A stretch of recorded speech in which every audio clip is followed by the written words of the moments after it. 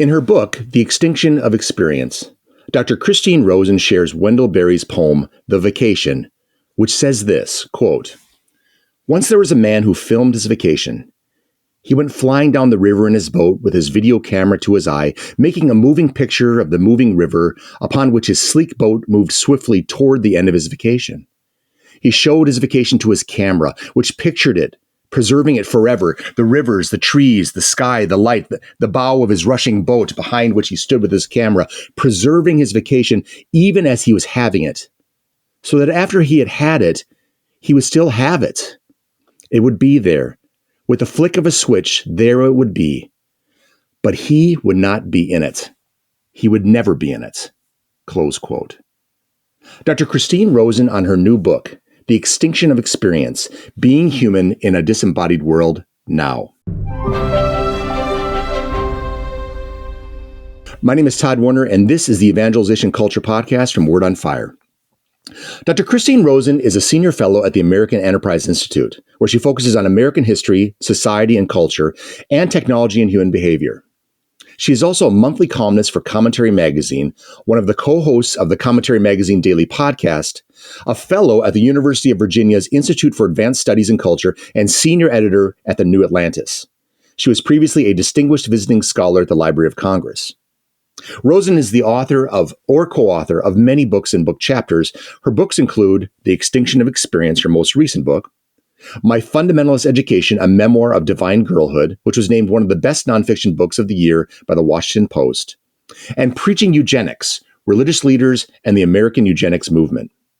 Her opinion pieces, articles, and reviews have appeared in the Los Angeles Times, National Affairs, National Review, the New Atlantis, the New Republic, the New York Times, MIT Technology Review, Political, Slate, the Wall Street Journal, the Washington Post, and even the New England Journal of Medicine, one of the flagship journals I read in my practice of internal medicine, among many, many other outlets. Christine Rosen has a PhD in history with a major in American intellectual history from Emory University and a BA in history from the University of South Florida. She also holds a third-degree black belt in Aikido and is a martial arts instructor. So just in case you want to mess with her, don't think about it. She lives with her family in Washington, D.C. Christine, welcome. Hi, Todd. Thanks so much for having me on the show. So glad to have you here.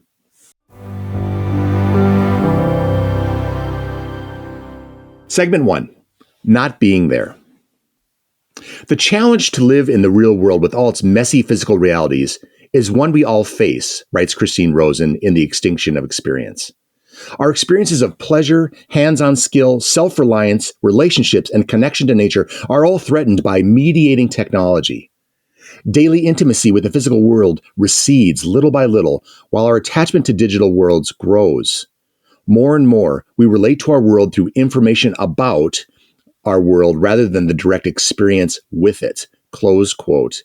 Christine, let's begin, if you don't mind, with the wonder of the iPhone. Okay. So when I first came across an iPhone, it was in the hands of one of my patients and I was in awe. So I'm leaning over, he's showing it to me. I'm leaning over it and I'm seeing all the possibilities. And I thought, imagine having the instant access to the latest Wall Street Journal newspaper, live sporting events, phone calls with family, text messages with friends, and photography of the world all in the same device. Whatever could go wrong? What do you think, Christine? I think you had your first extremely compelling look down experience. Yes. And that was the moment your number of look up experiences started to shift. And I think we all had a very similar enthralling capture of our attention when we all got our first smartphones.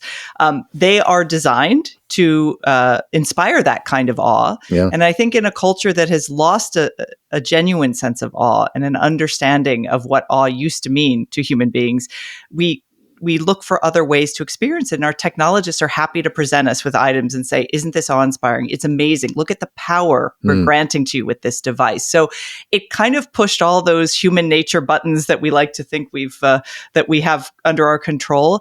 But in essence, it's people like to call the smartphone a sort of Swiss Army knife technology. I actually think it's much more basic. It's a slot machine that you can hold in your hand, but it's a slot machine that brings up not anything vague and like a regular slot machine, but everything is personalized. Everything is designed to get you to believe that this thing is absolutely integral to your daily experience. And for most of us, it's become that kind of device.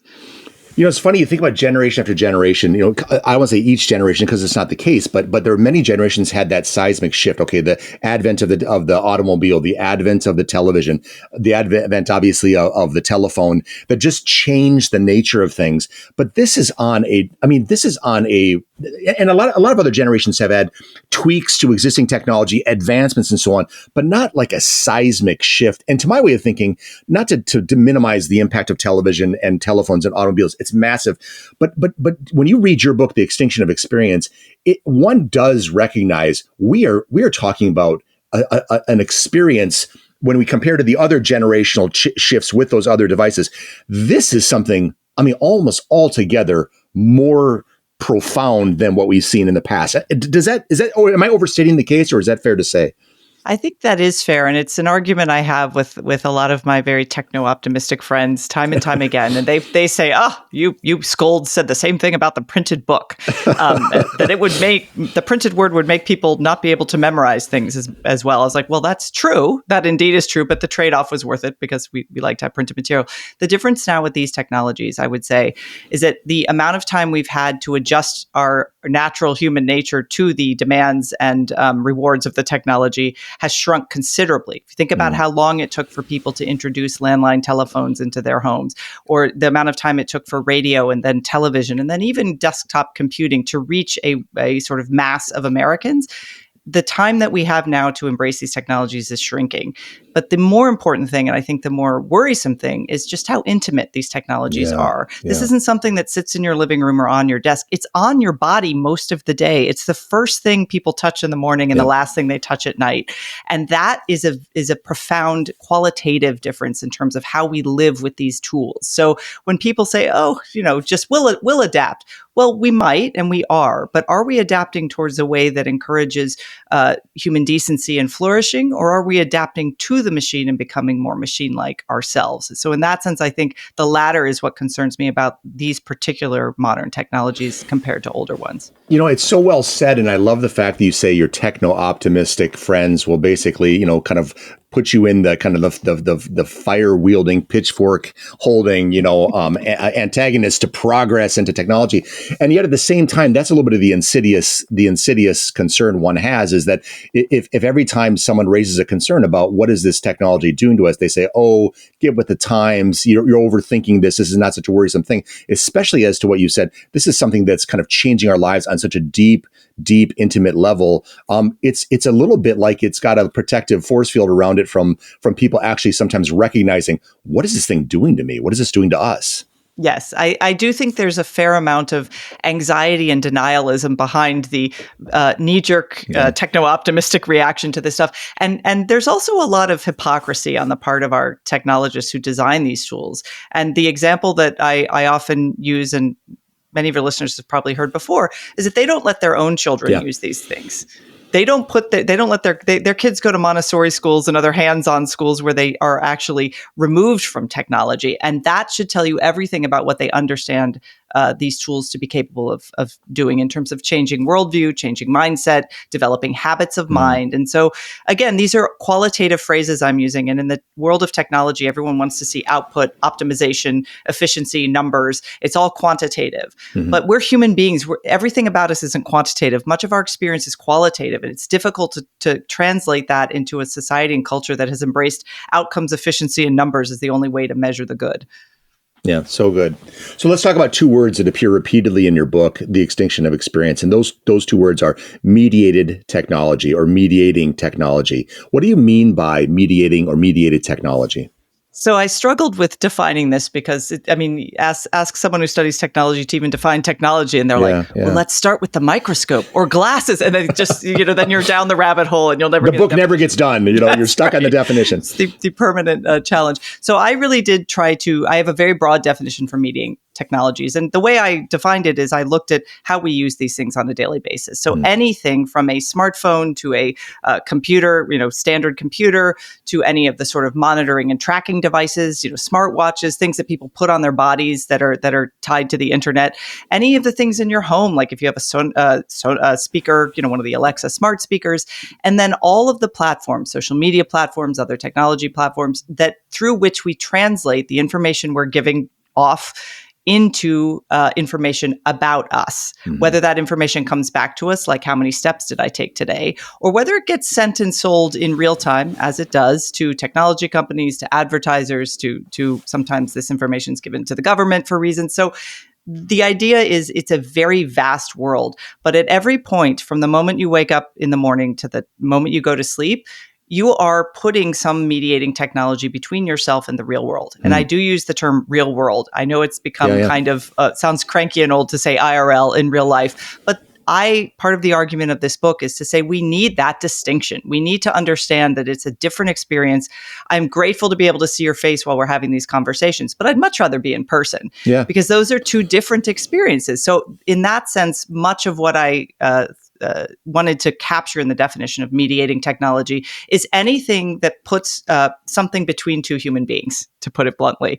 And many of those tools are necessary for daily life. They allow us to do our work and to live more comfortably and efficiently. But some of them are undermining flourishing human life and the good. So I think that's where we have to start being more particular about which experiences we mediate and which ones we set aside and say, these are just human. This is what humans are supposed to do. And we don't need that mediating force. One thing I want to say about first talking to you, but also reading the book, people listening to this have to understand that this is a very nuanced book. This is not a throw the baby out with the bathwater, cranky Luddite style of saying technology is all bad. It's sort of a real call to awareness about what are the risks here. What happens to an unhindered, unhampered path forward where people aren't asking the questions about how are we using this technology? How's it changing us individually? How's it changing our society? So I think if you're looking for a very, very nuanced take on this, but also a very, pronounced and at times shocking at times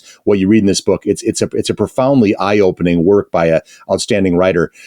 Christine, I want to ask you. You aptly quote, and by the way, the quotes that you pepper throughout the book, whether it's Simone Weil or you have the poem from Wendell Berry, you have Montaigne. It's just it's so rich because you suffuse profoundly wise human voices throughout a book on technology that constantly is reclaiming the humanity throughout. It's sort of edifying the message. So you aptly quote 16th century French essayist Michel de Montaigne, who said, quote, "Lovers quarrel, make it up again, beg favors, give thanks, arrange secret meetings, and say everything with their eyes," close quote.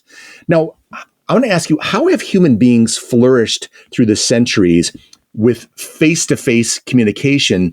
And then how have the conveniences of modern technology disrupted that interaction, and with what consequences? So the face-to-face is, I think it's probably the longest chapter in the book too, because I'm obsessed with face-to-face communication. I think it is the bedrock of our ability to get along, to understand each other, to resolve conflict. We are physiologically designed to understand each other by reading each other's gestures and movements, and not just the face, but, hand movements. If I'm frowning and looking perplexed versus am I angry, we are hardwired to read those signals. Yeah. But when I say hardwired, they're still skills. These are skills that can be encouraged. They can deteriorate over time. And my concern with our ability to understand each other face to face is that more and more every day we are interposing some sort of technology, some sort of screen, something between ourselves and other human beings. Now, we can still get something by looking at each other at a screen, but I think the experience a lot of people had during the pandemic, for example, when many daily social interactions moved to Zoom or other online platforms, it was better than nothing. And I have to say, I was able to witness a lot of important life events of friends and family through Zoom because we couldn't all meet in person. Right. But it wasn't the same qualitative experience. And in fact, our memories of those experiences, and we know this from research, are different.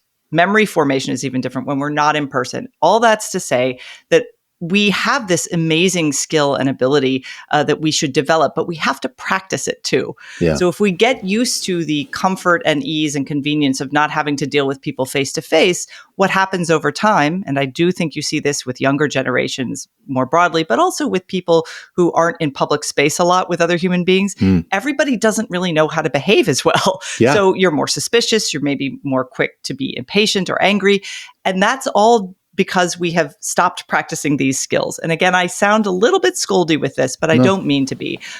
These are huge, huge benefits to being human. So if you talk to someone who works in any public facing field, I talked to a lot of retail workers, people who work in, behind the counter at the grocery store or in a store, they will tell you about their experience over time. If they've been in that job for a while, they'll talk about how people don't look them in the eye anymore. People act like they're not even there, and how demoralizing that is on a daily basis. Think about our diplomats. They have to be able to read the signs and facial expressions and bodily gestures of people who might perhaps be our enemies or, or who we're trying to suss out if they're going to be our allies. These are important skills. We are losing those skills because we're choosing the ease and convenience of mediating technology. So again, in some cases, it's great. And as a physician, I'm sure to be able to see certain things over a screen that maybe you would have had to travel thousands of miles to see in person, that's a benefit to society. But if you're seeing grandma on FaceTime and that's easier and you never leave your house to go visit her, that's not a good thing. Right. Right. I'll tell you, and it's well said. I've noticed that. So we have the electronic medical record in my practice, and so there's an awful lot of documentation. But one has to push away from the computer, look at the person. I mean, you'll miss a person choking up. They're telling a story, and then if you're too busy typing, looking at your screen, you're missing the notion that there was a catch in the conversation where they paused for a second because they got a lump in their throat. There was something there that you could have probed a little bit more, but because you're too busy kind of making sure that there's a reconciliation. Not that it isn't important to reconcile their med list, but the bottom line is you're too busy doing that you miss that profoundly human moment that maybe was seminal for you to be able to ask about. As a parent, I've spent a lot of time saying to my daughters, when you're talking to somebody, look them in the eye. Just make sure you leave space for them to speak themselves. Listen to what they say. Ask them about themselves. That whole engagement. And I do believe we are crafting a generation of stunted people that, like you said, they can avoid the necessary formation that comes from day in and day out interaction. And so they're not very good at it. And I like to think my daughters are good at it, but it's only because I hound them a little bit and say, get off your phone and have that person just come over or what have you.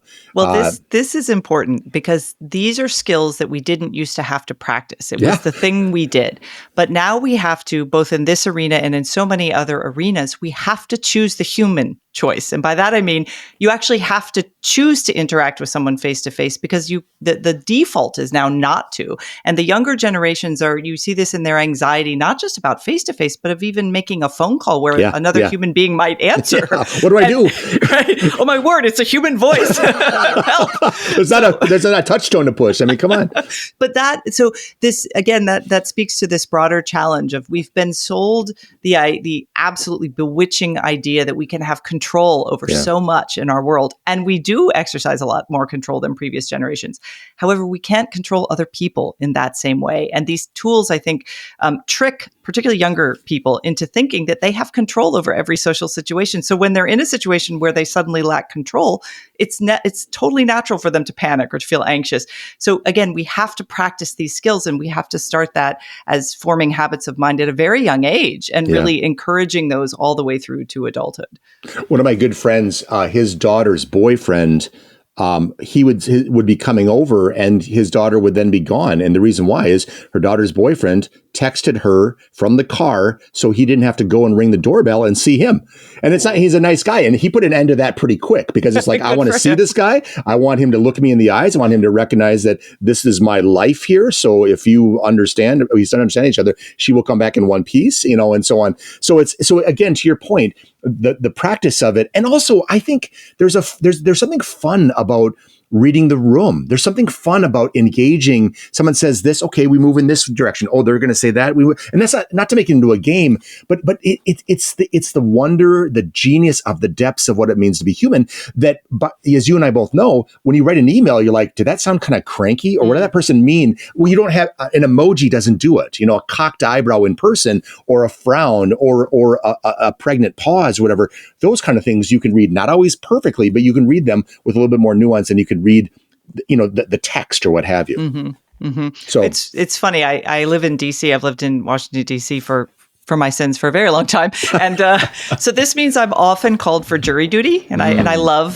serving on juries. I think it's I encourage everyone to always say yes to jury service. Very important civic responsibility. But it's also a very deeply human and almost retro thing now, because you're not allowed to have your phone out and be looking up stuff. Everybody's sitting around a table. You're all strangers, and you have to come to some sort of decision that has, in many cases, very serious consequences for another human being's life.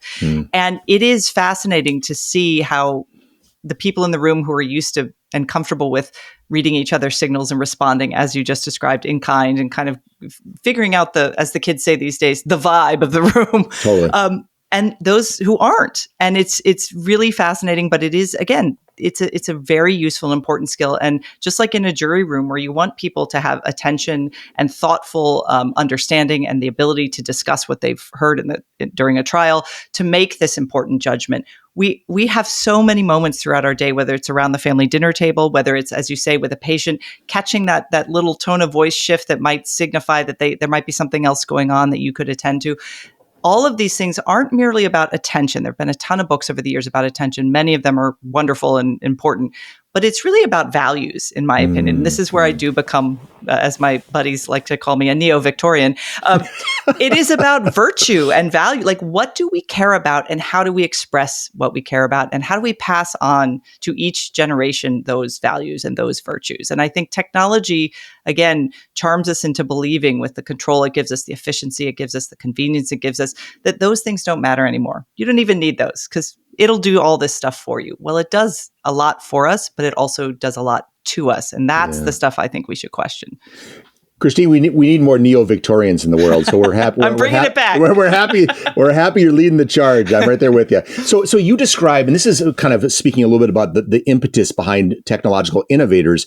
You describe a journalist from Politico bragging, quote, "Entered Apple Store, scanned my purchase with my phone, paid with my Apple account, and walked out. Soon we'll never have to talk to people! Exclamation point, close quote." So I want to ask you, why is there a tendency for technology innovators, the people creating this, to be so blind to the difficult but edifying personal engagement, and so driven to replace it with inhuman, suboptimal imitation? Are they just saying people, are they looking out there and saying people get anxious about this?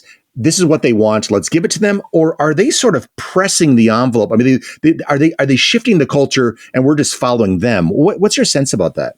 It's a little of both. I would say it's more that they see they have the engineer's mindset. And I love the engineer's mindset when I'm crossing a large bridge, for example. Like, let's do 100% engineer's mindset. But when it comes to the people who, I want my sons to date and how they find those people, I don't want the engineer's mindset there. I want actually the humanist, or the humanities-based mindset more than the people who understand poetry, not engineering. In Silicon Valley, you have a lot of people who see human beings and human nature as a problem to be solved. And they aren't really, unlike our medical professionals, as you, I'm sure, had to take a class in medical school about ethics, bioethics, something related to how you practice what you do.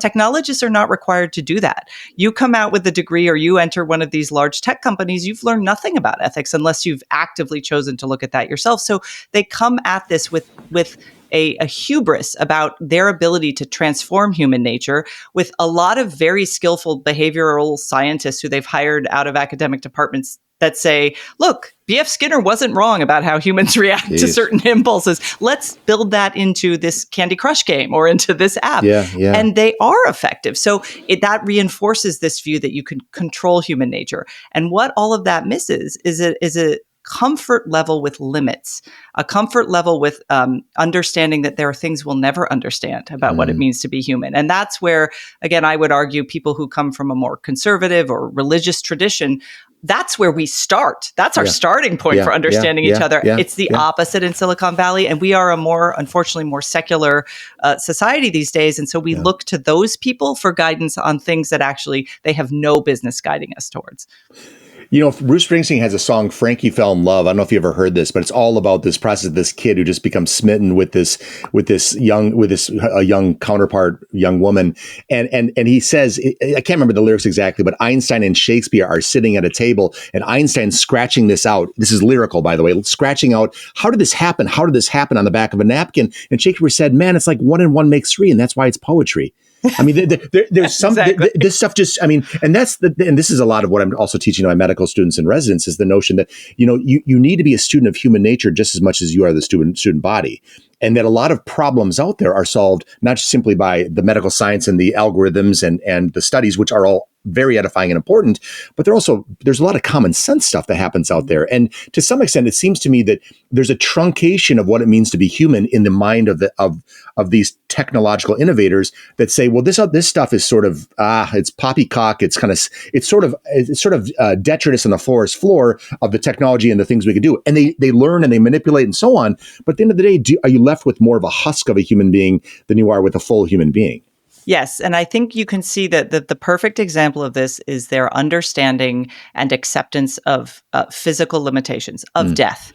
They are trying to cheat death. I mean, there have been a few stories about these guys trying to live forever, but there are lots of little companies in Silicon Valley now where, they want to upload your consciousness. They want to, you can live forever. We will extend the human lifespan. And they are actually serious. And their starting point is, again, death is a problem we can solve, and not understanding that our physical limitations as human beings are what give us a human nature to begin with. The existence of the soul begins with an understanding that one day the body in which it resides dies. And there is philosophy and theology for thousands of years that puzzles through what that means in terms of how you should live. So I think the technologists miss this. And again, I use the word hubris a lot, but it is a hubris. It's this idea that we don't have to listen to that. I mean, was it Sam Bankman-Fried, one of these technology, ESG guys was like, boasting he's never read a book. I'm like, that's not a boast. That's a really tragic thing in my opinion. But so they feel like they are improving on what human beings have already tried to do.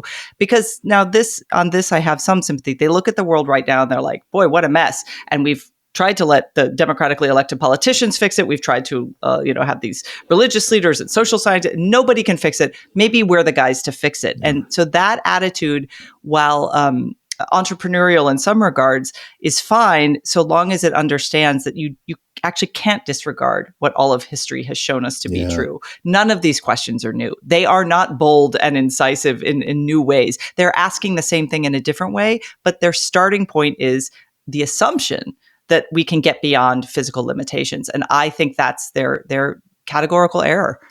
It's funny because what you're saying, it really represents, but almost in a Brave New World style, as opposed to a 1984 style, kind of the same old sin, if you will, of ideological, like I said, ideological hubris. This is the French Revolution. This is the Bolshevik Revolution. This is the National Socialist Revolution. And don't get me wrong. I mean, I'm not calling the people that are making iPhones Nazis or diehard Bolsheviks or Jacobins or whatever. But there is the notion of, as Eric Vogelin would warn against, and Buckley would famously exclaim, you can't immanentize the eschaton, right? Yes. We can't bring heaven down to earth. The fly in the ointment is that human beings are fallible, and we carry our fallibility with us. We're glorious. We're children of God, but we're fallible. And so, as Edmund Burke would say, or Hippocrates would effectively say, first do no harm. And it seems that what you're saying in some respects is these really brilliant people in Silicon Valley have forgotten that first of lessons, you shall not be like gods. I mean, right? Well, if you think about some of the early,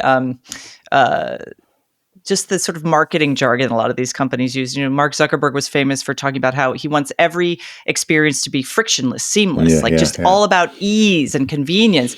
And and that, of course, is very appealing to someone who's like waiting in an endless line to deal with someone behind the counter who doesn't know how to do their job. It's like, boy, would an app help solve that problem? Yes, it might in the near term.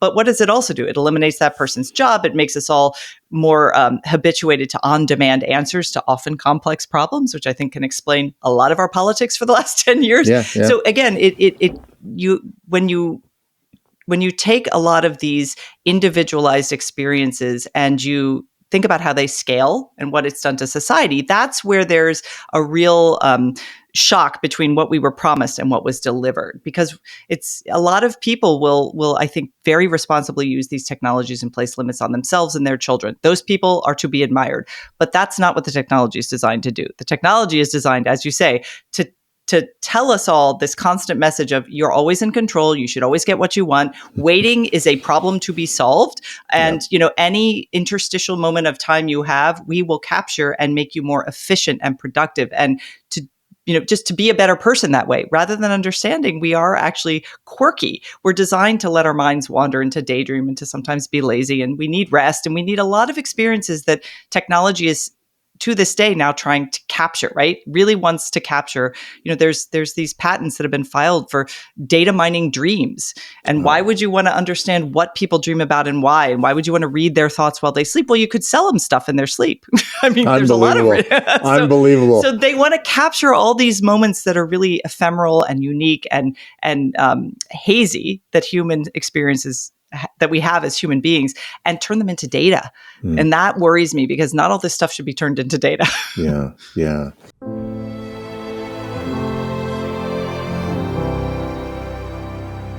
Segment 2, the death of craft and the loss of patience. In The Extinction of Experience, Christine Rosen writes, quote, theorists of embodied cognition argued that any way of being in the world involves understanding the links between one's mind, one's body, and physical experience. They argue that we cannot separate our understanding of ourselves from bodily experience.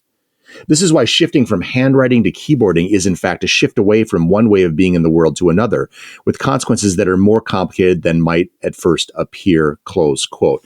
Now, Christine, I don't want to liken you to my venerable but old-fashioned and beloved fourth grade teacher, Miss Stuffy. Oh, please do. I like her already. But could someone simply call you, and this is not me, but this is my devil's advocate, could someone simply call you a starry-eyed romantic for fighting to preserve the craft of cursive writing? And what does handwriting do for the mind and for the soul? So are you the stodgy second iteration of Miss Stuffy, or is there a method to the madness behind this? Okay, so full disclosure, I think I probably started down the path about handwriting and embodied cognition as that stuffy Miss Stuffy. That's who I started. I was like, well, I had to learn cursive.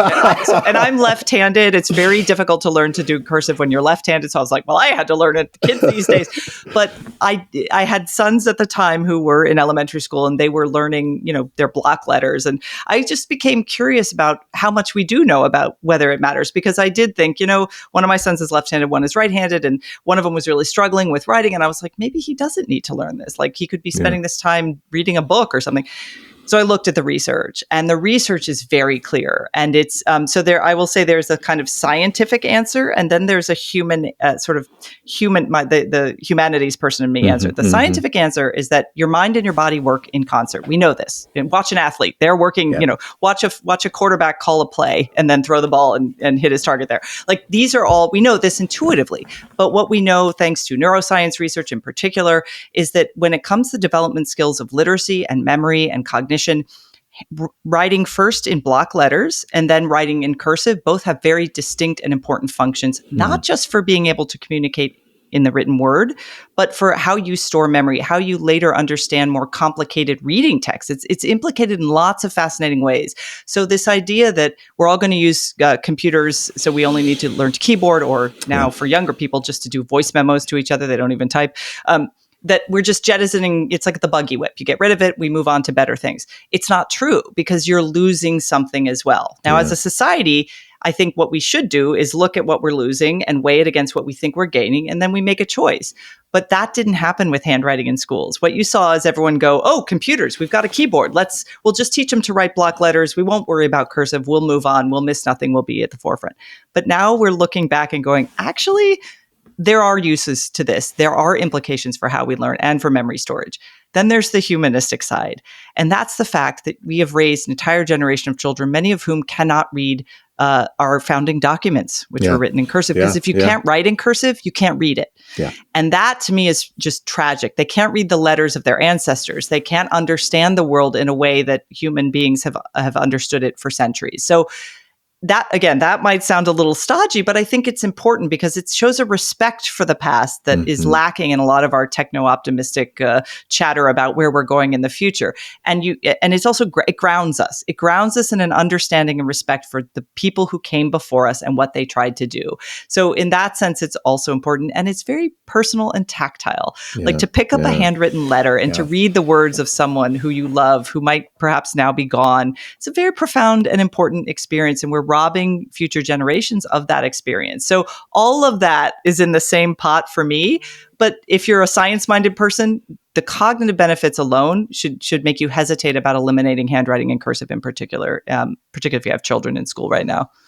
I love this. And actually, I don't think you're stodgy. I had a very hard time even playing devil's advocate there because I completely agree with you. The fix was in. The fix was in. But I do. And the other thing I'll say is when it comes to, as you have a PhD in history and write so eloquently about it, nobody wants, I don't know that I would want to read Napoleon and Josephine's emails to each other or their texts to each other. There is something, like you said, there's something, I don't want to say just romantic, but even if it is romantic, I mean, stepping beyond, and I think your book really highlights this. You have that very Joseph Pieper-esque notion of that at the end of the day there are some things that are ends in and of themselves. They don't always have to be means to ends. It doesn't always have to be the question of utilitarianism. There's something special about slowing down and writing. Mm-hmm. And like you said, I mean, I plan, as my daughter goes to college next year, I plan on handwriting letters to her. And yes, there'll be texts and there'll be pictures and all that kind of stuff, but there'll be handwritten letters. And I think there is something it warms you, and it warms the writer and it warms the recipient. Is that fair to say?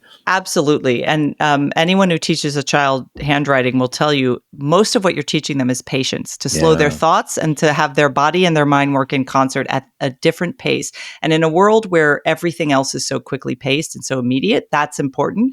Also, tell your daughter not to take her laptop to class and take notes on the computer, because that's a fascinating study. And I used my own sons are freshmen in college this year, and I experimented on them. And I was like, go to your lecture, take your laptop and take notes, and then try it writing by hand and see what you remember. It turns out writing by hand is actually more effective for memory because you're analyzing what you're hearing and translating it and slowing down what you can produce on the paper if you're doing it by hand. Whereas when most people can type quicker than they can write by hand, you're just more of a kind of shoddy transcription service for yourself when you're taking notes at that pace. And they've done multiple studies that have shown this. So it's actually more effective for what you're trying to do as a student. And again, for me, it's more about slowing down. Our world moves so quickly, and particularly for children, giving them that calm, open space and be like, take your time, like slow your thoughts. Think about what your hand is doing as your mind is saying, write the word cat. Yeah.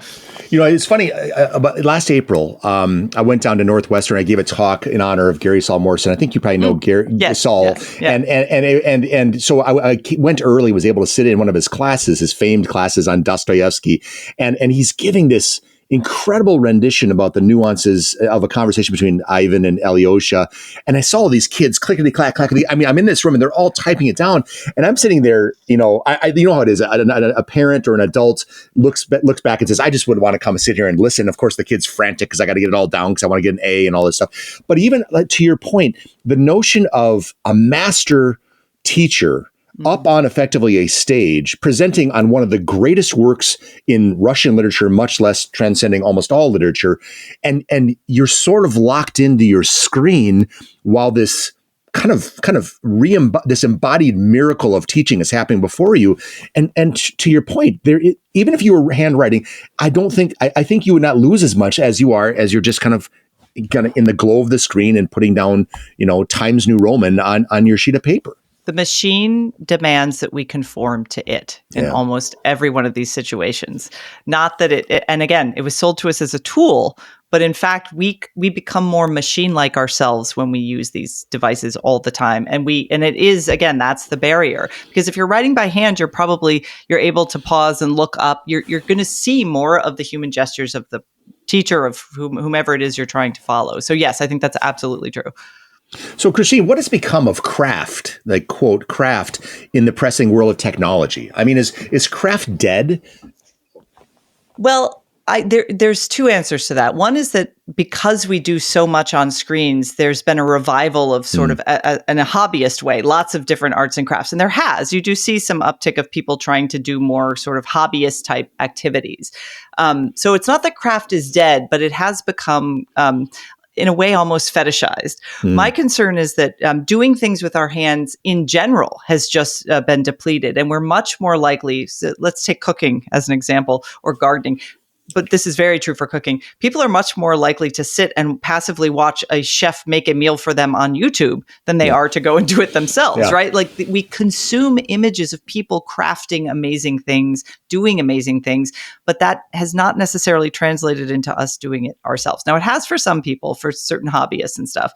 But what there's even people doing sort of like make your own drones and things like that with technological tools. I'm all for people doing stuff with their hands in that regard. But when you think about how we spend our leisure time in particular, the encroachment of the screen into our leisure time that used to be spent doing things like cooking and gardening and building things and tinkering, combined with the fact that things like our cars and other appliances are much harder to tinker with. They're basically a black box. They're computer chips. They discourage anyone tinkering with them. My wonderful colleague, Matt Crawford, has written about this for years. You can't actually fix your own car, even if you wanted to, even if you had the skills to. So that mindset has also turned human beings, again, into a problem. Like, let's just let the experts fix the car. Let's let the experts cook the meals. And in a way, it's sort of very gradually demoralizing to people to a society that used to be much more go-getter about doing things ourselves. So I've had debates about the craft stuff with people, but for me, it's more if you actually look at the raw numbers about how people spend their leisure time, they're much more likely to gravitate to a screen-based activity than they are to be doing something with their hands. And that worries me, both because of our physical health, but also our mental health. So time and again, we see breathless comparisons that almost seem aspirational between human beings and computers. You know, human beings should be striving for cool, seamless efficiency. And that seems to eclipse the cultivation of rich and imaginative creativity. So in effect, the how of living repeatedly eclipses the why. What happens or will happen when people look back upon their efficient but perhaps altogether soulless lives? What are your thoughts? So I would say to anyone who's listening who spends any time on Instagram Reels, tell me what the Instagram Reel you saw earlier this morning was showing. Can you even remember? Probably not, right? Because it's just a lot of consumption. It fills some mental space, and then it's very ephemeral. This is what worries me, because if you and I did this own experiment on myself and with some of my friends, I found myself picking up my phone during moments of interstitial time, like waiting for the bus or standing in line, or I just 10 minutes in the doctor's office waiting room. And I would have this vague sense of unease at the end of the day. I was like, what was I doing? Like, I mean, I remember the physical things I was doing, going from place to place, but the waiting kind of had this new quality to it, and it unnerved me. Now, this isn't going to be the case for everyone, but I started talking to people I know. I'm like, do you find like just time just disappears in weird ways? And they're like, oh yeah, going down the rabbit hole, all that doom scrolling. We have words for this. Yeah. So I said, okay, I'm pretty cognizant of my screen use. I'm going to go a couple days where I never pick up that phone in interstitial time. And I had a book with me instead, or I had a notebook where I jotted down stuff I was working on, ideas. And boy, did I let my mind wander. Now, sometimes I got bored. Other times, though, I noticed the people on the bus who probably are on that route all the time that I take, and there they were again. But I was noticing them in a new way. I got through a couple books in that interstitial time. It was amazing to me how I could make very different use of that time, and how checking up on my life via the phone actually distracted me from living my life, even in those little moments of boredom. And so I did encourage, and I still do this experiment all the time with myself. If I find myself checking my phone too much, I just don't. And I look around, or I have something to read, like that's a physical thing. Yes. But mainly I let my mind wander. And I've come up with some interesting ideas, just letting my mind kind of wander. And we should do that, daydreaming, the kind of thing that is the loamy soil in which creativity flourishes. We have to have time to let our mind rest in those moments. And we don't do that anymore. We constantly fill it with attention and stimulating information and contact with people, and it never stops. And it's, I think, contributing to this general sense of exhaustion and anxiety and a lot of other common feelings that everybody just shrugs and say, "Oh, that's just the way we live now." Well, I think it's a choice we've made, and we can choose to do it a different way. I think it's so well said. Is there any way we wouldn't be stunting generations of people that and as a Catholic, it's sort of like, okay, well, there's time to pray. There's time to reflect on, something you read earlier today, or there's a whole if you add all the aggregate of all those small interstitial moments and so on, that's a lot of time. The most depressing thing is if you have a tech heavy week on your phone and then it says, here's how many hours you spent a day on your phone. Talk about, you look at, my gosh, I could have lived another life, I suppose, You remind me of this story. I think it was Louis C.K. was being interviewed by Jimmy Kimmel, or maybe it was Jay Leno. I don't remember how long ago it was, but he was, I'm not going to represent it completely, but you understand the point. He was being asked about, in the early days of the iPhone, does your 16-year-old daughter have an iPhone? And Louis C.K. says, no, I want my daughter to be sad. And everybody laughed because they're like, here's this dad torturing like his daughter by saying, you can't do this, blah, blah. And here's a guy who's not prone, to my way of thinking, of being profoundly kind of deep. He's gotten obviously a checkered, series of history, so on and so forth. But in a moment of complete clarity, he basically said, I myself found myself driving down the road and I was listening to a song. It was Bruce Springsteen, and it welled up inside of me some unresolved issues that got me emotional. And my instinct right away was to change the music, get on my phone, text somebody, text anything. Doesn't matter what I would say. But the long and the short of it, I wanted distraction. I wanted it now. And instead, I set my phone down. I kept driving. I let those emotions wash over me, and I pulled off to the side of the road and I wept. Mm-hmm. And he said, ultimately, it was very difficult to go through that, but I arrived on the farther end of it, and I was better off for it. So in that way, I want my daughter to be sad. And it speaks volumes to what you're saying is how is a life lived if you have Instagram reels that are completely forgettable, and they're consuming, hundreds and hundreds and hundreds and hundreds of hours of your time over a year, as opposed to allowing yourself to daydream, to wander, to find yourself in reverie, and to grow, sometimes painfully, but to grow in the process. Yeah, this is actually at the heart of what concerns me, not just about our current technology use and tools, but about what the future holds if we don't start asking these questions now. And that's that, we're going to have many more sensor-based, and, maybe whether it's glasses or, contact lenses, we're going to have a way of having this stuff on our bodies all the time, mediating stuff all the time. And it all encourages us to do two things: to either escape ourselves, not have the feels, as the kids say these days, not do what Louis C.K. do and just let it wash over us, to avoid that, to be avoidant about what it means to be human and to have a range of emotions, which means we're less skilled at processing the ones that do wash over us in moments of, anxiety or anger and happiness. It's also encouraging us to mistrust our own processing of those feelings when we do allow ourselves to have them. And by that, I mean, the technologists want us to outsource that as data, and then they will tell you what it means, like what you think. And there were a couple of examples in the book, which are now even that now seem rudimentary compared to what has come even in the last few years, but sensors that will tell you when you're talking to your spouse across the breakfast table, what your level, based on your blood pressure, your heart rate, all these, galvanic skin response, things that they can measure in real time, whether you're actually happy or sad or angry or anxious, and process that and say, and is that something, first of all, you might not want to share that with your loved one. And also, maybe you don't really want to know that about yourself, because part of being human is sometimes, manners and morals allow us to actually get along, because an annoying person for 5 minutes on the bus, you can be tolerant, right? It teaches us how to tolerate each other. But if we outsource that and we get a little thing that says this guy in your weekly office meeting is actually annoying and drives you crazy, you could use that information, that becomes data. It doesn't become an experience or an emotion, it becomes data, and data can be used as a weapon in lots of situations where actually humans need to resolve their differences, not data.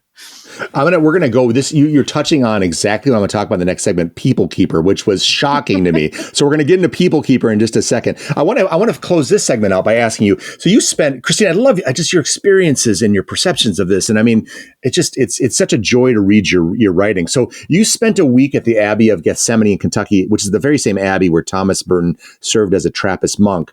And while there, guest master Father Carlos asked, "What is the main cause of our sins?" Convenience, seeking for ourselves convenience. Ease, seeking to make things easier or entertaining. And later he offered some advice on how he and the other monks balanced their daily manual labor, service to others, prayerful contemplation.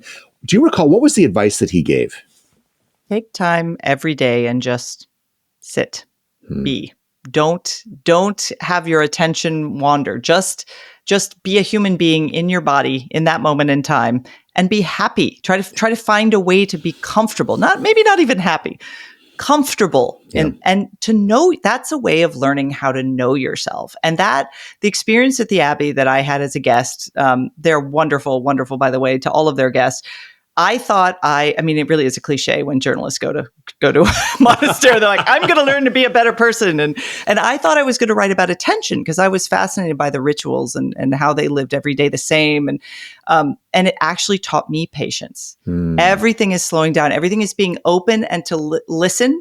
The whole idea at the monastery is you're waiting, patiently waiting to hear the voice of God, knowing you might never hear it. Yeah. But the expectation is joyful. You wait happily because there's this, you know this thing to exist and to be real, and you are happy to patiently wait. And that then helps you structure your understanding of how your day should look. And so it isn't drudgery. It isn't tedium. It's joyful patience and routine. And it's all for the purpose, a purpose that understands limitations, acceptance, but that forces you to be comfortable in your own skin in a way that I think so many modern people, even modern people of faith, don't have that experience often enough. Right. We don't force ourselves. It's uncomfortable. Yeah. Very uncomfortable, but it's necessary. You know, it's so funny because you think about all the, you think about in your mind, you think about the rebellious, the countercultural, the revolutionary. The revolutionary nowadays is faith. The revolutionary nowadays is the silent one, is the praying one, is the contemplative. That runs afoul. It's not Olivia Rodrigo. It's not this super savvy, technological thing. It's being quiet, being present, working things through, being connected to God. That is profoundly countercultural. Chesterton, one of the things he said is that every generation is transformed by the saint that contradicts it the most. And the monks of this day and the sisters of this day, the religious contemplatives of this day are the most radical of all because they are returning to the profoundly, deeply human, which is rooted in faith in God and so on. So fascinating. I love that I by the way, you're not one person that would just as a cliche go over you're actually the authentic journalist. Well, I love Merton. I actually I'm a huge fan of Thomas Merton. I'd read all of his stuff long ago, and actually that was part of what I was. It was I was more of a fangirl. Yeah, it's okay. It's okay. No one ends up at Gethsemane without a Merton fix, so we understand that. Hi, I'm Todd Warner, managing editor of Evangelization Culture, the journal of the Word on Fire Institute. Word on Fire is a global evangelical community that exists to provide our members with the resources they need to proclaim Christ to a secular culture. Our award-winning quarterly journal, Evangelization Culture, is offered exclusively to Word on Fire Institute members. It's a tangible representation of our mission and goal to lead with beauty in order to bring others to the knowledge of truth. Inside each issue, you'll find writing from premier scholars and inspiring pieces on literature, culture, and daily life from fellow missionaries on the journey to know and serve Christ. Get a copy of the current issue of the Evangelization Culture Journal for free by visiting wordonfire.org/journal. Thank you, and join us in bringing Christ to a hungry culture.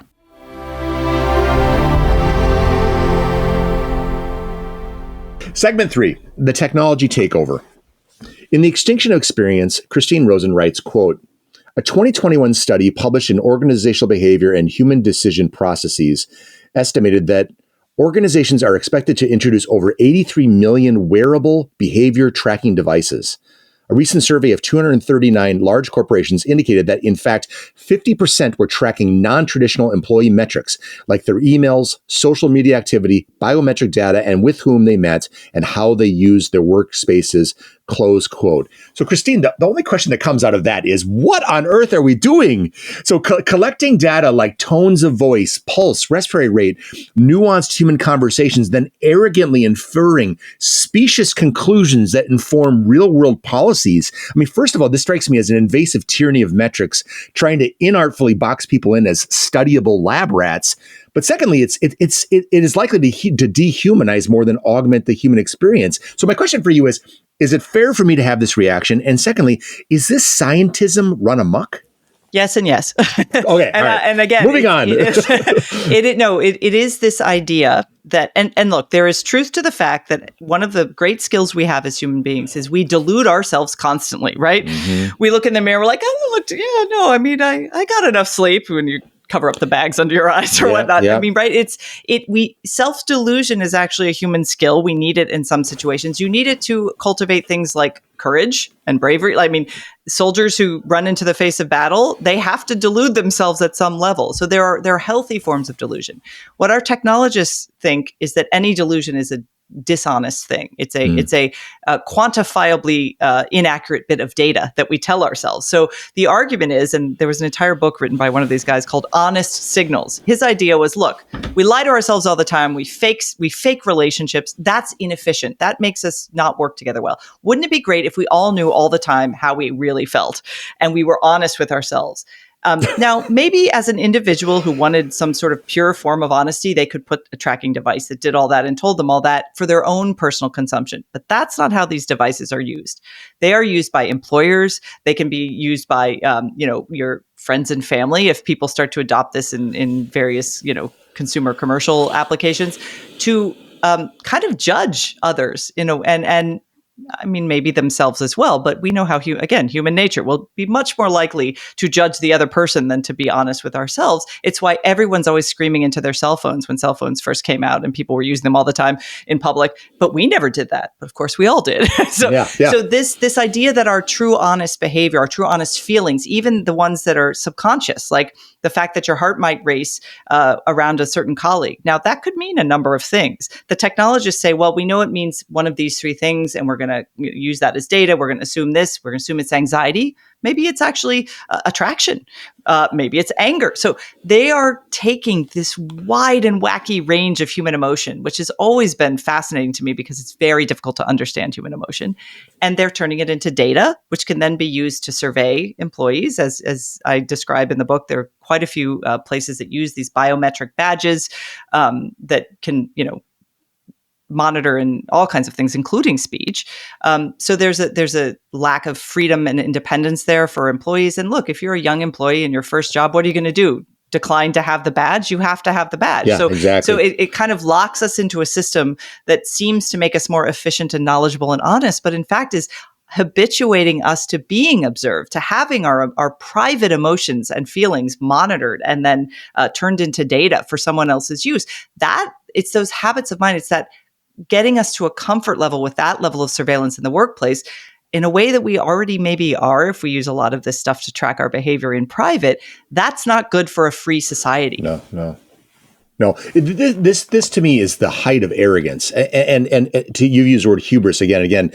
Thomas Sowell, as you know, famously said, human beings are not blocks of wood to be moved about. And yet there's this absolute kind of it's flatly just arrogant, the notion that we can understand by these simple things like a pulse or by respirations or what have you, that this means this. It's like, are you kidding me? I mean, and also the other notion about, the delusions or kind of a little bit of deception, in terms of not showing our true feelings is inefficient. Well, it's like, well, if we all showed our own feelings all the time, we'd all be dead. I mean, it would be the end of the world. So let's be honest. There is no kind of from on high social engineering. And we, first of all, we understand everything, which we don't, and then we can control everything, which we can't. And so I was like, how do such smart people get such bad ideas? Well, I think part of it's that there is in the late 20th and early 21st century this real escape from the idea that we've rejected the soul at the first part of the 20s, right? Right, No souls, yeah, right? Yeah. Now we reject a sense of self, or the idea that the self can be crafted in different ways. But, a lot of interesting 20th century sociologists were fascinated with this idea of how people construct a sense of themselves. How much do outside influences, impact that? How much is this kind of hardwired? There's just wonderful, fascinating explorations of this. And then what does that mean if most people in a society have a certain sense of self? What does that look like culturally? So you had concerns about conformity with the organization man. You had concerns about, Christopher Lasch talked about a culture of narcissism. So there have been all these efforts to try to understand ourselves at scale. And I think what the technologists are promising is, we don't care about the scale. We just assume human beings are dishonest, misleading, and, kind of terrible, create problems for themselves that we will solve through efficiency, convenience, and use of data. And data seems objective to a lot of people. This is where we have a kind of, just like automation bias, we assume if it's automated, it's going to be better. We assume that data tells us something objective and neutral, but it is not. It never is. And I think the more we can get away from this idea, and particularly the case with AI, coming down the pipeline, technology is never neutral. It is ambivalent. It is created by human beings who make mistakes. We have to see it as just like we would see a car that malfunctions because the design of the car was badly done. Yeah. We have to understand our datafied world in the same way. It's funny. Well, you touched on such a very important point. As Scalia talked about bad law, he said garbage in, garbage out. I mean, and the same thing I think for science. And that is, again, it depends on who's asking the question, what the endpoints are, how do they shave things in the study, what were the motivations for the study, all those kind of things. So, but as soon as someone invokes the word science has spoken, or here's a statistic, or God forbid they drop a number or something like that, all of a sudden everybody stops thinking. And again, I think it was Chesterton, or there's attributed to Chesterton, to say, don't be so open-minded your brains fall out. I mean, so this is, let's get to People Keeper, which I'm reading this and my jaw drops. So this smartphone app, this is from the Extinction of Experience, a smartphone app called PPL-KPR, short for People Keeper, promises to track and auto-manage, as it says, your relationships using GPS and heart rate monitoring wristband that computes when you are feeling emotional. The app claims to be able to measure subtle changes in heart rate that signify stress or anxiety, because we all know that a subtle change in heart rate, I'm saying this, I'm editorializing, but I mean, come on. Okay, anyway, so subtle changes in heart rate that signify stress or anxiety, it then uses that information to determine who should be auto-scheduled into your life and who should be removed. People Keeper will defriend and unfollow those annoying acquaintances and people who cause stress in your life. We only have so much emotional bandwidth and limited time, the app's promotional materials state. Let People Keeper find the ones that work for you. And I'm reading this. And only, just as a human being who kind of thinks, but also in my work as a doc and so on, you're going to outsource access to relationships based on biometrics and an algorithm. And I thought to myself, I know an alcoholic that may get a racing heart when they're going to talk to their sponsor about a bad weekend, a child whose pulse may increase when getting good but hard advice from a parent, a parishioner who may uptick the rate as they approach the much needed confessional seeking absolution. According to this app, those good stresses should be defriended. So I mean, what do you think about this, Christine? So People Keeper was two things. It was an effort to, in a way, it was kind of like performance art. These were researchers who were actually fascinated by the direction technology is going. And they did this as an experiment to sort of say, would you like to see if people would embrace this? And of course, to their horror, they did. They're like, wow, this is great. And you can see when they gave it to people to test, they were like, oh, wow, I really don't like this colleague of mine. He's terrible. And what it did is it allowed them to outsource judgment. Yeah. And this is the terrible conceit of a lot of these apps, a lot of these tools, and coming down the pipeline, a lot of these bodily sensors. They allow us to outsource our own judgment. And that is something we are really kind of eager to do as human beings, because making a judgment call, the potential risk we take in being wrong, the reward in being right. This leads to sort of healthy anxiety, right? And it's how we learn to understand what is good, what is bad. It's why, behavioral economists do these wonderful experiments where they're like, if you get someone 3 options of jelly and they choose one, they're very satisfied with their one choice. But if you give them 12 options and they choose one, they're very anxious. Like they think, I might have made the wrong choice. Yeah. Think about how we structure our relationships. If you're a young person looking to find someone to marry and have a family with, how do you go about that these days? You're given endless options. Forget 12 options of jelly. You've got an absolute buffet, daily updates from all over, anywhere wherever you geofence yourself to look for a mate. And everybody is performing their self in those situations. So online dating, which I actually studied the very early online dating sites years ago when they first came out. And I'm like, I'm not sure this is going to help everyone. I have a lot of friends who met online. I think the sites that actually help people self-select for their values, I think like for Catholic dating, Jewish dating, vegan dating, whatever, people who are like, I cannot be with another person who doesn't have these values, that can be very useful. But it does, again, to the point of our tools requiring us to conform to the demands of the machine rather than being helpful in increasing our humanity, we start to conform to the demands of the machine. And these people keeper and other devices will allow us not only to conform to the demands of the machine, but to become machine-like in understanding our own emotions. As you're saying this, it makes me think, this is kind of a scary consideration. And I think it's reflected as you've been saying, I worry about this, I worry about this, I worry about this. You have a relatively well-to-do, kind of untethered, minimally regulated group of people that are exploding the technological space. We have devices that are profoundly intimate, beginning of the day, first thing we touch, end of the day, last thing we touch, and then all throughout our interstitial spaces. And now we're getting more and more data that's basically being put into data warehouses and all this kind of stuff. So there's a privacy issue. But the other thing is we're stunting people's human judgments and they're outsourcing decisions. I mean, isn't this sort of a setup for tyranny? I mean, don't you see where somewhere down the road you could have you've sort of crafted generations of docility, of deference, of unthinking and overly distracted as long as they get their soma pill or what have you. Don't we run the risk of potentially at some point somebody with a totalitarian mindset, and someone could say this is a soft totalitarianism of technology already, but aren't we sort of on this road that's very worrisome for someone who really wants to exploit it in a bad way?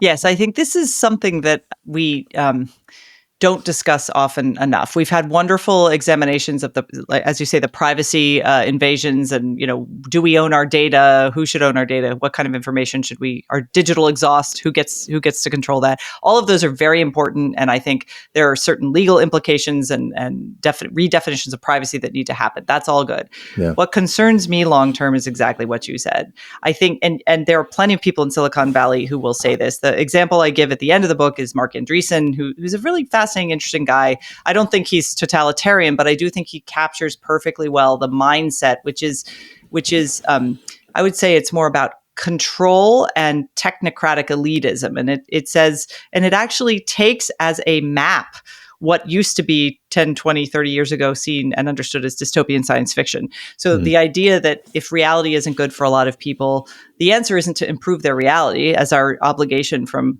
as human beings to each other is to improve other people's reality. We're supposed to make the world better for not just for our own children, but for, everyone in society so that we can all have freedom and flourishing. At least in the United States, we are extraordinarily lucky to have that still be part of our ethos.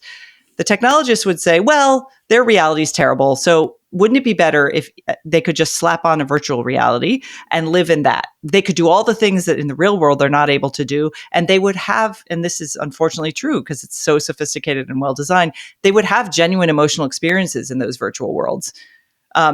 And so then we don't have to fix how the world is. And people like Andreessen and others are building their own private cities in this country so that they don't even have to live among their fellow peasants. So this worries me because there's a kind of elitist value. It's not really about money. It's about attitude. And I find that kind of elitism very dangerous because I think there are plenty of people who feel despair and hopelessness right now, who don't trust our institutions, who don't have faith, who don't believe that they can improve their own lives. And to be given this message and something as intoxicating as the idea of living in a virtual world where you can be and say and do whatever you want, I think, unfortunately, a lot of people would choose that because they feel overwhelmed by improving the real world that they live in right now. And that does, I think that is a tragedy. You think about from the Catholic kind of Thomas Aquinas standpoint, the surrogates for God are power, honor, pleasure, and wealth. And if someone comes along and says, "Look, you don't like your life, you don't want to experience these bad emotions, you want to be a completely different person and experience all these pleasures with no cost, at least not cost we're going to mention. Let's invite you into this place where you can immerse yourself in all those surrogates for God, and then you can just get lost." Mm-hmm. And it's like you said, it's a frightening prospect. I mean, it's in the name of kind of telling you you're restoring your dignity, you're being bled completely of your dignity because you no longer exist. Well, the sad one of the sadder stories I heard this is actually after the book came out. I was talking to a group of young people about it, and a young woman said to me, and she's very disciplined, very successful young woman, has a lot of great goals, very responsible. And I asked, so when you have leisure time at the end of your workday, she has this tough new job. She really works hard. What do you want to do? And it's what she described, and everyone nodding their heads around the table who were from her peer group. She said, I just want to go into a void. I want to come back home. And so she describes how she does this. She maybe puts Netflix on in the background of her TV, and then she's scrolling reels, or she's she goes down some sort of social media rabbit hole. And I said, well, what are you feeling at the time? She said, I don't want to feel. Wow. And that, I think, is something that I'm Gen X. I don't understand that. I understand the hippies wanted to drop out and do drugs. Yeah. My generation wanted to just be cynical and, scold everyone and just go, we don't care. We're ironically don't care. Yeah. But this younger generation literally doesn't want to feel because feelings seem too overwhelming and dangerous. And that is something that I think we need to really think about when we think about how they spend their time and their use of these devices in terms of the hours in a day, how much time they're spending on them, and whether that's contributing to that feeling. Yeah. So, Christine, in a decade-old debate between famed literary critic Leon Wieseltier and Harvard psychologist Steven Pinker on the role science should play in, quote, purifying the humanities, Wieseltier just wasn't buying it. He said this, quote, science confers no special authority. It confers no authority at all for the attempt to answer a non-scientific question. It is not for science to say whether science belongs in morality and politics and art. Those are philosophical matters, and science is not philosophy, even if philosophy has since its beginnings been receptive to science, close quote. So when I read your brilliant and troubling chapter called The Sixth Sense, I worry about our unthinking, wide-eyed belief that because something is dubbed science, called technology, or suffused with statistical jargon, it is automatically deemed credible and worthy of our deference, if not our reverence.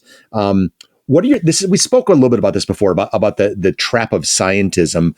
What's your fear about all of these things that are being thrown at us, and we're just kind of hook, line, and sinker, we're swallowing this stuff.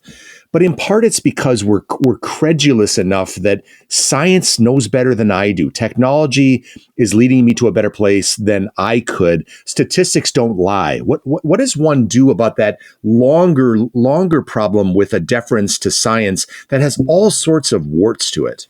Yes, this does concern me a lot. And I think part of the answer, and it's why I ended up spending a lot of time weirdly in art museums and watching live performances while I was researching this book, because I wanted to see if what my instinct was, I wanted to correct it if I was wrong. I had an instinct. I'm like, let me make sure this is how the real world functions.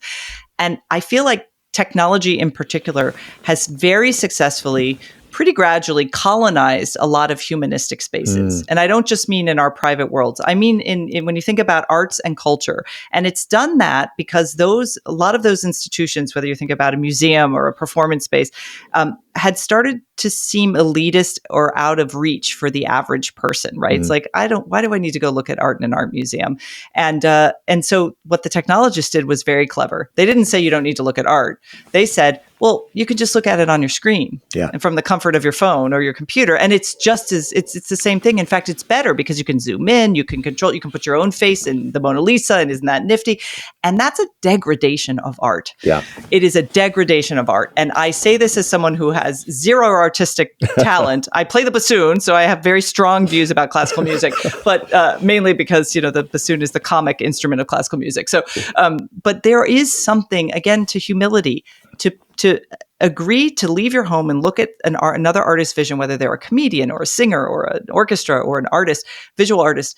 You have to sit and listen and be open to another human being's expression of their experience. Now, you can hate it. You can write a critical review of it. You can do lots of things with that experience, but you have to be willing to have that experience in the first place under the terms the artist set for you.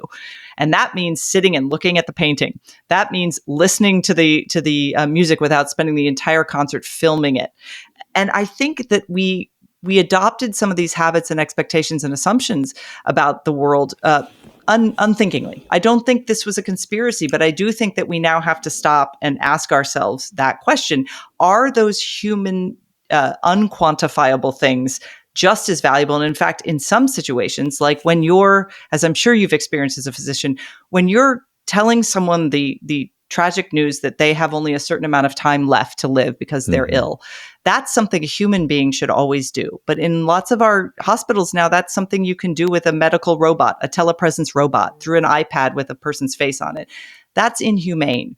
But the data scientists will tell you it's more efficient and that it's just fine. And so it's the difference between those two experiences, which can't be quantified, but which are genuinely important to how we live and how we determine our values and how we treat one another. That's the part I think we have to talk more about.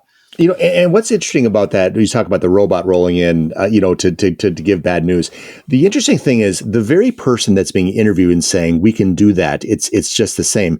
They don't want that for themselves. Right. It's sort of like what you said about these tech wizards that aren't letting their kids use this stuff. I remember hearing a president of the United States saying we need to not spend money on the last 6 months of life, and then the person caught him off guard by said, "But if your grandma fell and broke your hip, would you want her to have surgery if she was in a lot of pain?" He says, "Well, of course I would. She's my grandma." Mm-hmm. And you're like, well, isn't that kind of curious? I mean, there's this overarching notion that this stuff it's easily interchangeable, and that you and I both know that no, that's not the case.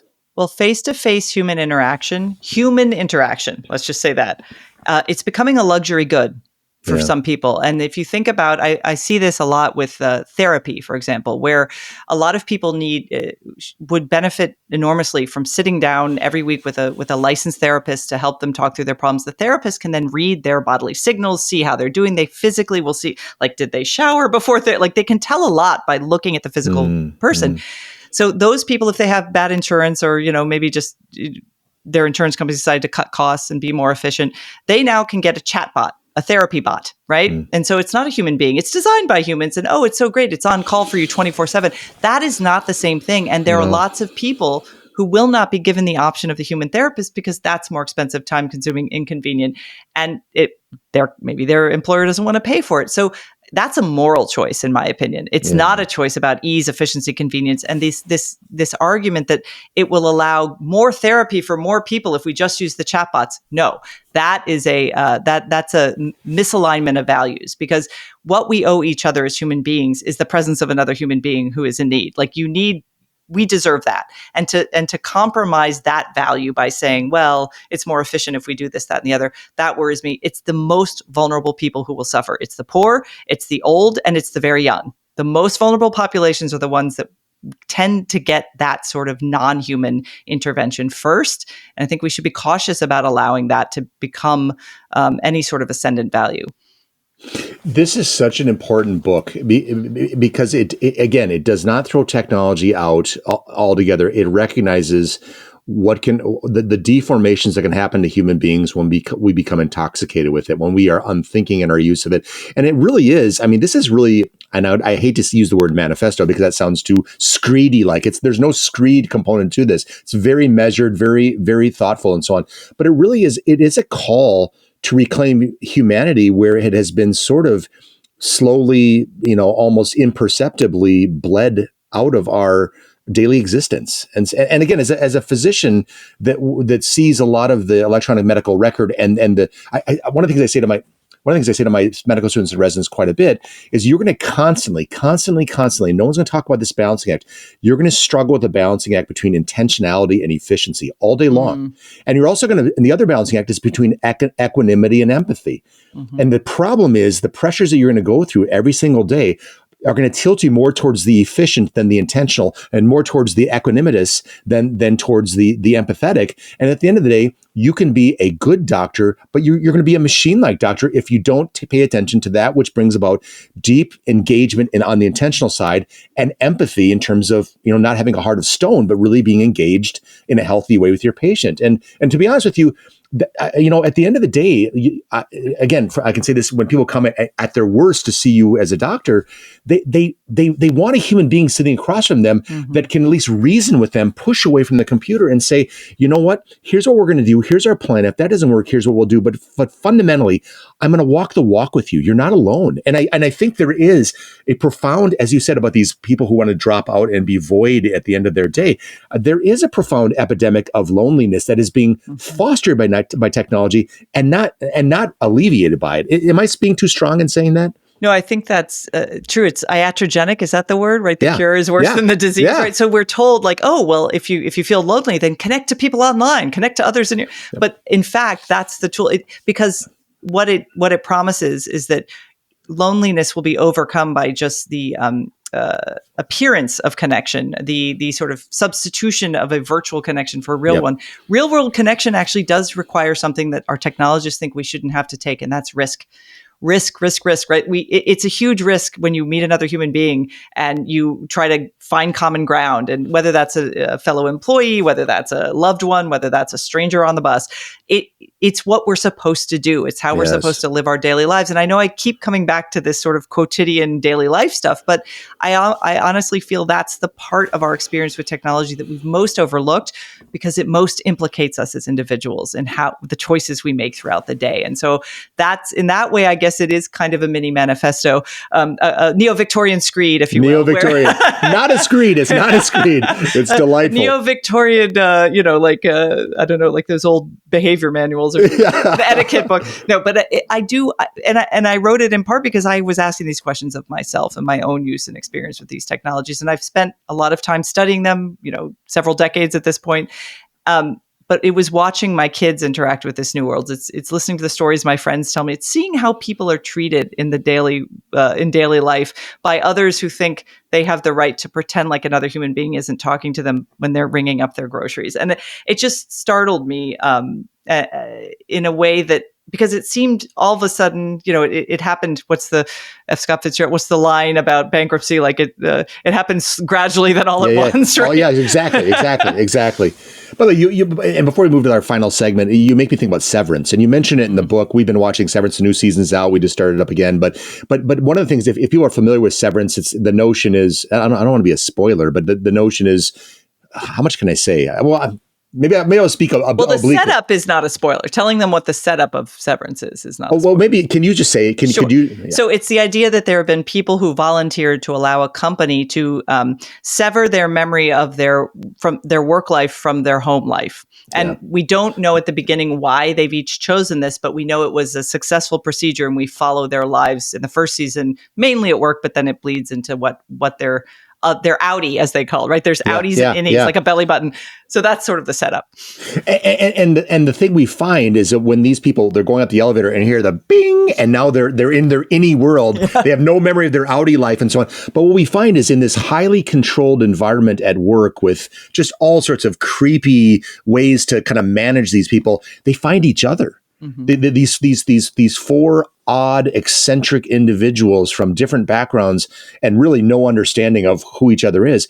They find each other. They find comfort in each other in the midst of this hyper technologically controlled scenario, which kind of speaks to the notion that sort of the human impulse always wins. At least we hope it always wins. Yes, I am actually. I know a lot of the things we've talked about today sound sort of dark and ominous, but I am generally an optimistic person, and I will always bet on the human over the machine. And I think more of us need to start betting on the human over the machine, not because it's this, challenge we give ourselves and we're better people because we're more disciplined or any of that stuff, or, to boast that we look at our screens less than someone else. It's because it's what's good for us, not only as individuals and as families, but as a society. I don't think a lot of these tools are being used thoughtfully. Many of them are necessary. We're not going back to a time before smartphones and all this other stuff, but we have to be more thoughtful and rigorous about the values we bring to our use of them. Segment 4, The Way Forward. In her book, The Extinction of Experience, Dr. Christine Rosen implores, quote, "We need a new humanism, one that can challenge the engineering-driven scientism that's come to dominate culture.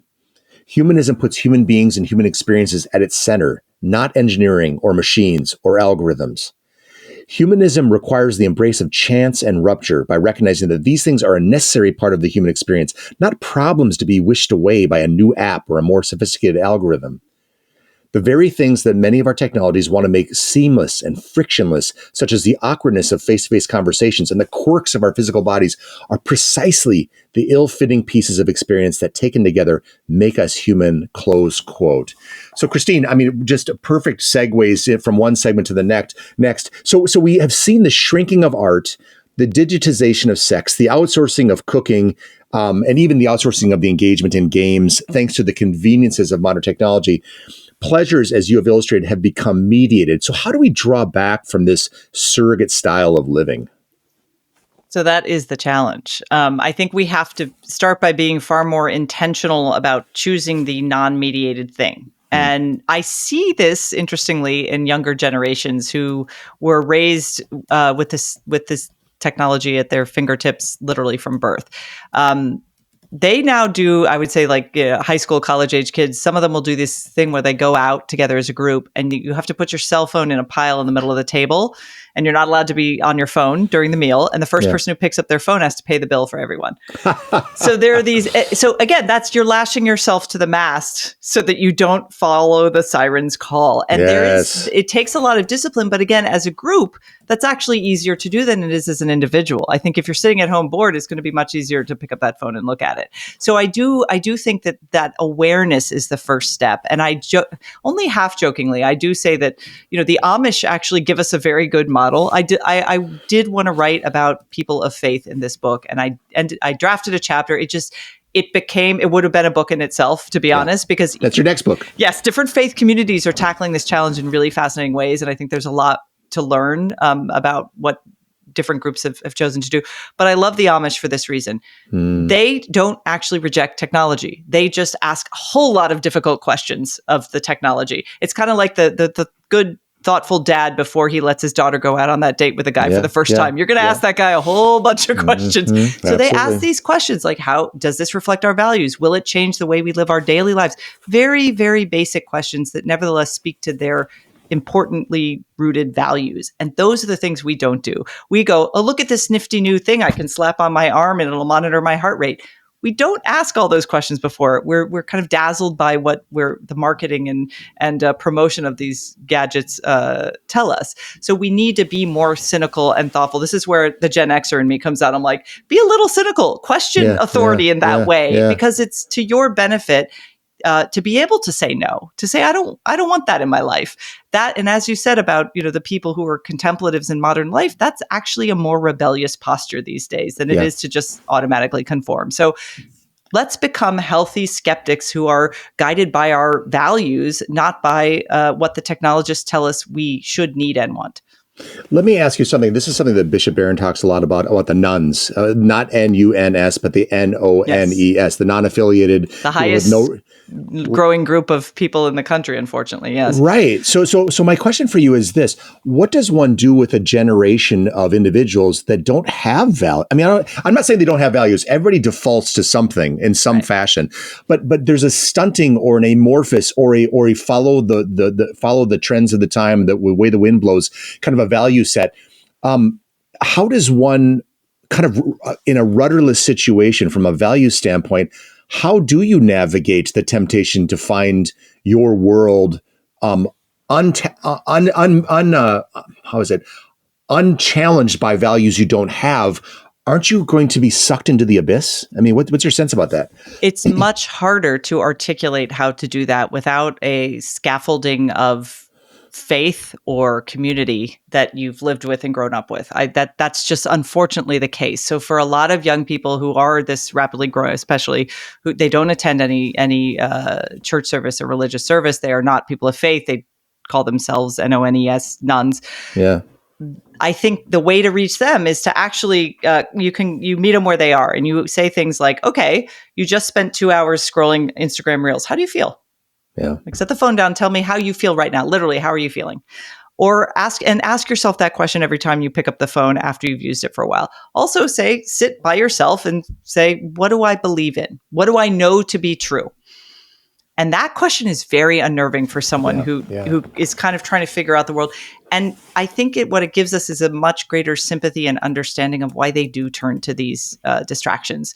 It's because the world isn't meeting them where they are, and often they are deeply searching for meaning. They actually want to live in a world where they experience awe. They have been cultivated. The habits of mind that a lot of these tools promised them but didn't deliver has left them bereft of any guidance on that score. And that's why you read these heartbreaking things where this one guy wrote an essay. He's like, I've seen so many pictures of the Grand Canyon that when I finally went there in person, I was like, It didn't move him, and it should have moved him. He should have experienced that awe and the beauty of nature, and he couldn't feel it, but he knew he wanted to. And it's that knowing that they want to feel it and figuring out how to get them there. And it might be through faith. It might be through sort of contemplation. It might be through introducing them to some basic philosophical texts that get them to sit in a room, as Pascal said, and just figure out what you think, like just be with yourself. All of these are tools that I think we should encourage, and all of them are analog. All of them require them to set aside the device for a bit. They spend most of their time with technology. So we have to cultivate moments where they are actively embracing time without it. Christine, I love the fact, because this is not a pessimistic book. It's a wide open. It's an eyes open book. It's sort of identifying and unfolding the problem that we're kind of faced with. But I'm with you in the sense of the optimism. I think when people do encounter the human, when they do encounter that intentional person while you're working the cashier and they're coming and a customer comes and they look you in the eye and say, "How you doing today? How's business?" There's a conversation. There's a spark that lifts. Mm-hmm. When someone asks how you are and then they simply wait around for the answer and then ask a second or third order question, there's hope in that. When someone steps away from their phone dies, and then they wander aimlessly by accident into a daydream or reverie that leads them to something they're going to plan to do, or a thought that hadn't dawned on them before, they're arriving at something that transcends all the technology is sort of distracting you from. So it seems like, in the best of ways, God, but also the purely human impulse, like the dust gets its way through the cracks in the doors, through the cracks in the windows, if only we start to open ourselves up to it. Mm-hmm. I think that's absolutely right. And I think I do have hope for this younger generation, which does have a healthy skepticism about a lot of these tools now, having seen particularly what happened to the millennial generation with social media. They're like, boy, they are not happy. Yeah. I'm not sure I want to be. And they're spending all this time on there too and starting to wonder what it's doing to them. My biggest concern is that healthy skepticism not curdle into cynicism or nihilism. Yeah. Because if you don't believe anything, you're in much worse shape than if you believe a false thing. You can be persuaded that you're wrong and maybe embrace something that's true. So that's the part where the work before us as older generation, and as a parent myself, and as you know, as a parent, like that's the job of parents. But as a society, that's our job to usher that next generation. That requires some more grounding in the humanities. That's bringing back more, getting them to read the great works of art, getting them to understand their own history so that they have something to compare their own experience with. And these are things that I think I'd like to see a revival of in that younger generation. And by the way, to plug what you just said, I mean, everybody out there, if you haven't read the Greek tragedies, if you're not reading Shakespeare, if you haven't read the Divine Comedy, Jane Austen, Maya Angelou, if you haven't read these, To Kill a Mockingbird, these are deep. If you're looking to kind of get a cleansing away from tech and doom scrolling and all that kind of stuff, go and read these works, which are profound dissertations in the most warm of ways, sometimes more challenging than others, about what it means to be human. And that's it's sort of like code for being human. Right. That's the code. Right. I mean, you kind of look and you say, my gosh, suffering, dignity calling suffering and grace has been with us through all these generations and have unfolded in Russian, in English, in, Italian, or whatever the case may be. So anyway, I couldn't agree with you more in terms of some of the remedy for this is you want to become more human. You want to step away from this tech frenzy, then read the more human, immerse yourself in the more human, and then also find your way to the spiritual. And I would say to Catholicism as a Catholic. But I think what you speak about is absolutely spot on. You've been so generous with your time, Christine. I want to end with two questions more on a personal level. So your writing is outstanding. And before we got online, I was effusive in my praise of Christine's writing and she's blushing. This is an audio podcast, but I'm sure she's blushing right now. But the long and the short is, it's very measured and very thoughtful and very intelligent writing, and it's prolific. And so I would say when you get a chance to kind of go to the many outlets where Christine writes, you should absolutely be a consumer because you'll grow from what you read. So having written as well as you have, and having written innumerable essays, and you've written several books, this is your first book in about 2 decades. Now that might be because, my kids and all this kind of stuff, but clearly something moved you enough to make this a book length work. Why did you choose the Extinction of Experience as your subject matter for your latest book? So a lot of it was kids. I have twin boys who I spent a lot of time raising, and who are now launched off to college. But actually, they were also the reason I ended up writing this book. Along with several friends, we founded a journal called The New Atlantis more than 20 years ago. It's still chugging along. I encourage people to read it, subscribe to it. It's great journal. When we first started out, we were going to do all this sort of serious, the ethics of technology and bioethics. And I did write a bit about that stuff, but I became fascinated early on with personal technology. And I remember an editorial meeting sitting with the guys, and I said, I want to write about online dating sites. And they're like, that doesn't seem serious. I'm like, no, I'm telling you, this is going to take over the world. And to their great benefit, they all said, you know what, go, just run with it. And that led to a series of essays about many of these early technologies. And as I was raising children at the same time, I was watching them interact with this new world, and I was just keeping a notebook. And it grew to be about 4 notebooks worth of, observations and studies I'd read and questions I had. And I realized, I need to kind of get this all under one umbrella. But it really struck me when I read this essay by a naturalist named Robert Michael Pyle. He was writing about kids. He's the person who coined the phrase, the extinction of experience. He was talking about the natural world, and his concern as a naturalist biologist in teaching each new generation what was important to preserve and protect in the natural world, what their obligation was. But as I was reading his work, I just thought, this is really true of all of our human skills, how to learn because at the time I was teaching my sons basic manners. You shake someone's hand, you look them in the eye, you say, yes or no, sir, please, thank you. And I was taking for granted that we all were on the same page and that we all understood these to be useful things to keep us all civilized. And it's not. I mean, each generation struggles with what the civility should look like and what the norm should be. But to me, it was technology that was most aggressively disrupting a lot of these norms and making a lot of us unhappy with what the result was. And so that really clarified for me. It's both the reason it took me a long time to write the book and also the reason why I think the timing just turned out to be right for me, for it to be now. Amazing.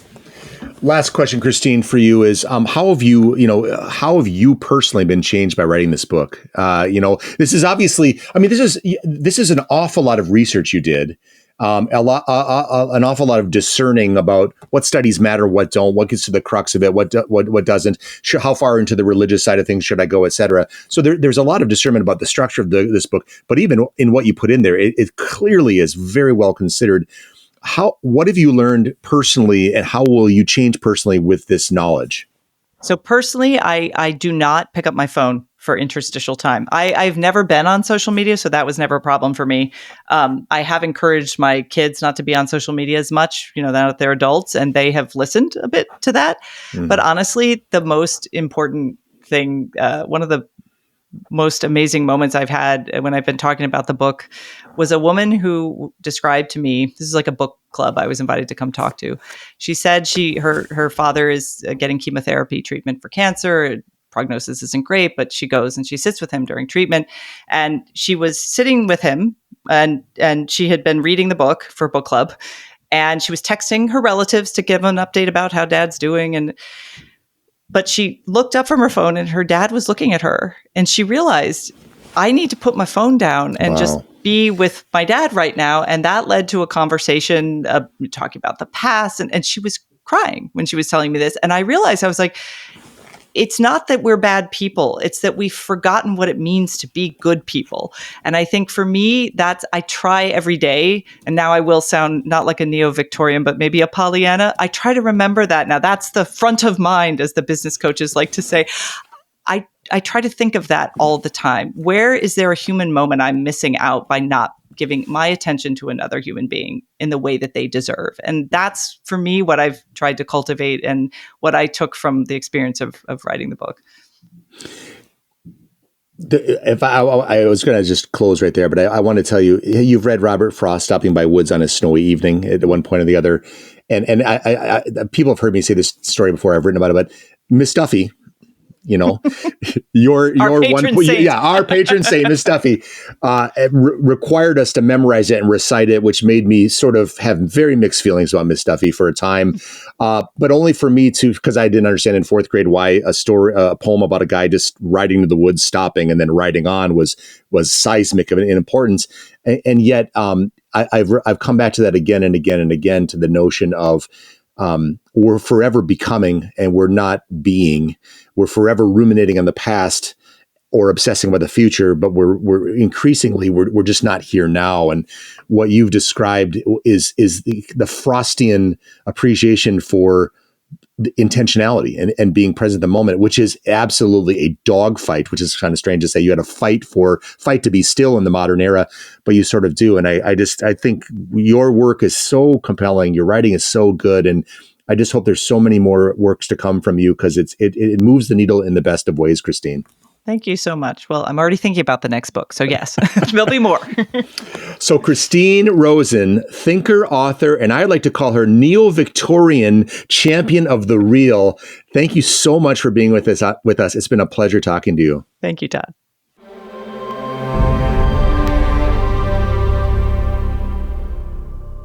So I've been thinking. I fancy myself somewhat fluent with compelling literary works, but I'd never read Wendell Berry's poem, The Vacation, until I read Christine Rosen's book, The Extinction of Experience, and I am still haunted by it. Do you ever get the alert from your phone that tells you just how much you have been on it in the last week? It is jarring. To think that a significant quantity of our time is spent checking our phone, talking on our phone, and reading or watching material on our phone is not only embarrassing, it's almost unconscionable. In those hours, my life was mediated by a small black box of circuits and satellite access. Now, when I see those hours logged, I think about Wendell Berry's haunting last words about his cherished vacation. Quote, "With the flick of a switch, there would be his vacation, but he would not be in it. He would never be in it." Close quote. A good friend taught me a lesson years ago when we were immersed in conversation. Bringing up some fact about which neither of us was certain, I instinctively grabbed my phone to check Google. But he stopped me short, saying, "Don't look it up. Just think about it, and let's see if it comes to us. Don't lose your wonderment." Wonderment. What a great word. Christine Rosen tells a story of humanity rushing headlong into inhumanity, thanks to our incessant free choice of mediating technology. In so doing, we risk becoming, as Georges Bernanos might warn, stumps of men. But we have a choice.